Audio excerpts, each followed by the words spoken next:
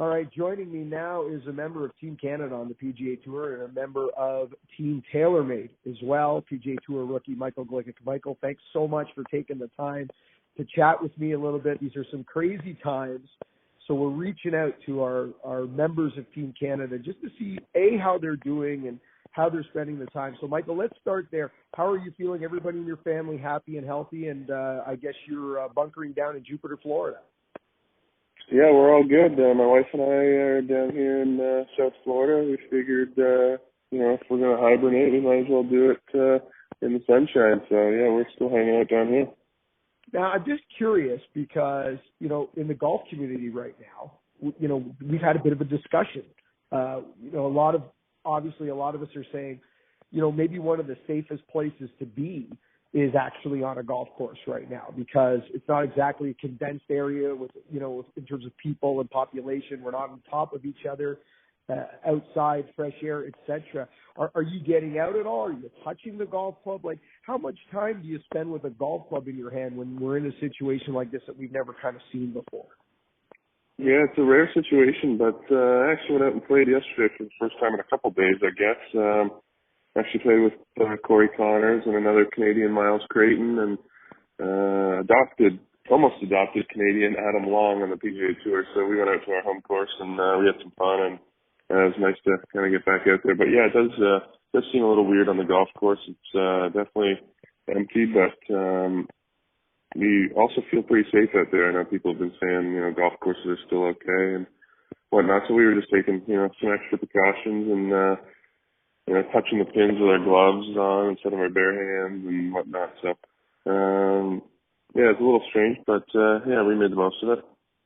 So I guess it's safe to say nobody's grinding right now. No one's, the PGA Tour, who knows how far we're away. So it's just a matter of just getting out, having some fun and keeping the swing going, I guess. Yeah, I mean, I'm going to get out there and start practicing a bit too. I feel like, going out and practicing by yourself's pretty safe.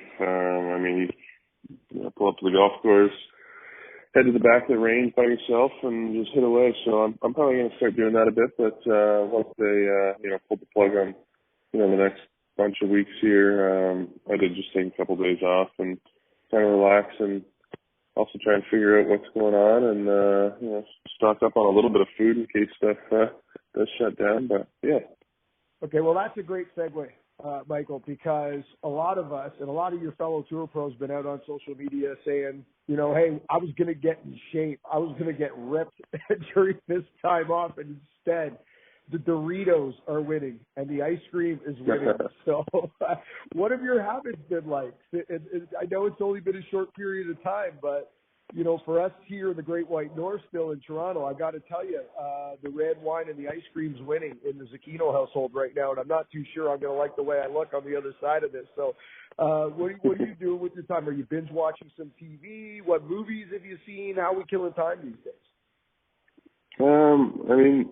I generally eat pretty healthy anyway, so I'm not, I haven't got into the chips and the popcorn and the ice cream just yet. I guess that might be week 3 or 4 of this whole thing, but yeah, we've had a couple bottles of red wine, and I'm just kind of sticking to my whole routine of trying to eat pretty healthy. And as far as the other stuff goes, actually my wife's parents they had a little family 6-week trip planned in Panama, and they just their trip pretty much got canceled, and they hung out at our place for 2 days. They just left this morning actually to drive back to Canada, so we've just kind of been hanging out with them for a couple of days. We playing a lot of cards and board games and whatnot. But before they were here, I was playing some video games and to make it a little less nerdy, I guess. I was trying to do some push-ups and sit-ups and stuff between games, just so I didn't feel like I was sitting on the couch just playing video games all day. So, well, if you haven't seen Ford versus Ferrari, it's worth a watch. I watched it the other day. Oh yeah, no, I haven't yet. I might have to do that. Yeah. All right, Michael. This is your rookie campaign on the PGA Tour, and obviously no one expected the situation we're in right now. But just looking back now in the first few months as a member of the PGA Tour, I'm guessing. I'm guessing I could probably guess your favorite stop that you've been on tour already, but I'm going to let you answer that. So just favorite stop so far on tour, and any surprises, anything that you maybe had a precondition or a previous thought, if you thought something was going to be a certain way and it wasn't, it was different when you got out there?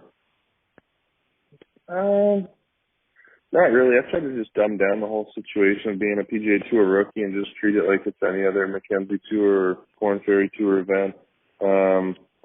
Obviously everything's a little bit bigger out there, but I just try and, dumb that down. And at the end of the day, it's just golf, and that's what I'm just trying to focus on. But favorite stop, I probably, had the most fun at Pebble Beach. Is that what you were going to say? That's where I was going. I follow you on social media. And I was just thinking to myself that you were having a blast while you were out there. Never mind, you've got three pretty good golf courses as well to play. Yeah, that was my first time really playing any of those, and I think Pebble's probably taken over my new number one, and we got a pretty good pairing that week too with Ray Romano and Larry the Cable Guy, so that made it pretty fun as well. And my wife was able to come to that one, and her parents were there, so we had a nice Airbnb, and you can't really go wrong in the Monterey Peninsula there in Northern California, so it was a pretty spectacular week.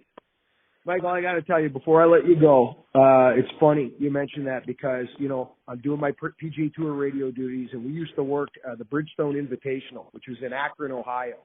And Firestone Golf Club was an amazing golf club. But outside of Firestone Golf Club, there ain't much in Akron, Ohio. And I always used to say to my wife, honey, it's funny you're always there when we're in Northern California, but when we're in Akron, Ohio, I can't seem to find you anywhere. So get used to that. Yeah. At the start of the year, my wife, she was going to, come to whatever every third or fourth, and she went on and picked the cities she wants to go to, and what do you know, the Monterey Peninsula, I think.